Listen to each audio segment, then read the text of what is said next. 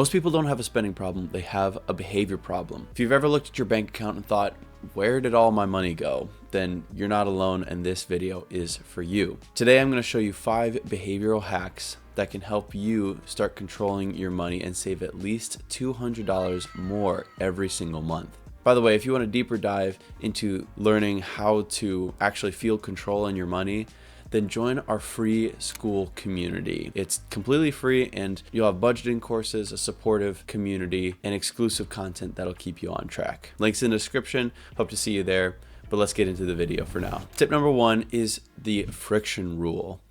Basically, what we're trying to do is we're trying to make spending more difficult and saving less difficult on an emotional level.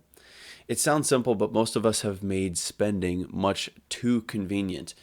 If we have cards saved to every site, we have just, tap pay at this point. We don't even need to take out a card. Then spending becomes very, very easy. So here's the move. Delete saved cards from all online purchasing. Instead of having that one tap pay option available to you, punch in your card number every single time. It's the same reason that people who use cash spend less, is because it's more difficult to spend because you've increased the friction of the transaction. In the 10 seconds or 15 seconds it takes to punch in the rest of your card information, you can actually evaluate whether that purchase is a need or if it's truly just a want. Try this for a little bit, and I'm sure you'll save $50 to $150 just from doing this one simple activity. Tip number 2 is the 48-hour rule. Similar to the friction rule, we're trying to increase the amount of time and the amount of effort it takes for us to spend.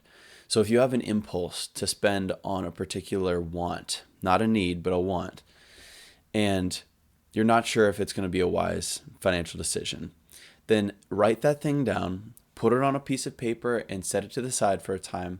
And then 48 hours later, go and you review that item once more. If at that point you're still like, yes, I want this thing, then go for it. But the dopamine hit that your brain was looking for when you initially were thinking about purchasing that thing might be gone. And then you can just save that money that you would have spent on something that you didn't actually want. You just wanted the dopamine hit. So if you can do this consistently, you'll probably save another $100 or more from saving from those impulse buys, simply from employing the 48-hour rule. Tip 3 is to go with old school cash. There's a reason that people with cash spend less. It's because, again, it increases the friction. If you pull your fun money or your discretionary money out at the beginning of every month and you have $100 or $150 to work with, once that money is gone, it's gone.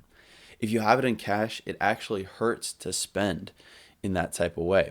So if you can employ, or if you can leverage the pain of paying to your advantage, then cash could be a really good option for you. Cash brings awareness to your spending. And so if you can stay aware of where you're spending your money, then you can start to have even more power and control over it. Hack number 4 is to do a weekly 5-minute money reflection. This is something that I do on a very regular basis. You can do it much more regularly than every week, but every week makes it easy. Say every Sunday you sit down for 5 to 10 minutes and you look at your spending from the past week. Are there any purchases that you regret? Are there any habits that you can do differently? Is there a purchase that you actually felt like was worth buying, and what were the attributes that made it worth buying? You'll be shocked at how much progress you can make by just becoming aware of your spending. So instead of changing anything drastically, if you just simply become aware of the stuff that you're spending on, then that can help you from continuing to repeat the same money habits that you've had in the past. And tip number 5, give your savings a name. Instead of simply saying, I'm saving money, I save X amount every month and yada yada. Put it to a name. Say that you're saving for your freedom fund, for your emergency fund. Say you're saving for a home fund, a new car purchase, anything like that. You take something that's kind of ambiguous and just a good money principle like saving, and you transform it into an emotionally impactful item for you to focus on. Instead of saying no to spending, you're instead saying yes to the thing that you actually want, which is a good emergency fund, financial stability, and ultimately the financial goals that you actually want to hit. If you have an emotion behind the goals that you have, then your discipline in managing your money becomes much easier and much more automatic. Here's the truth.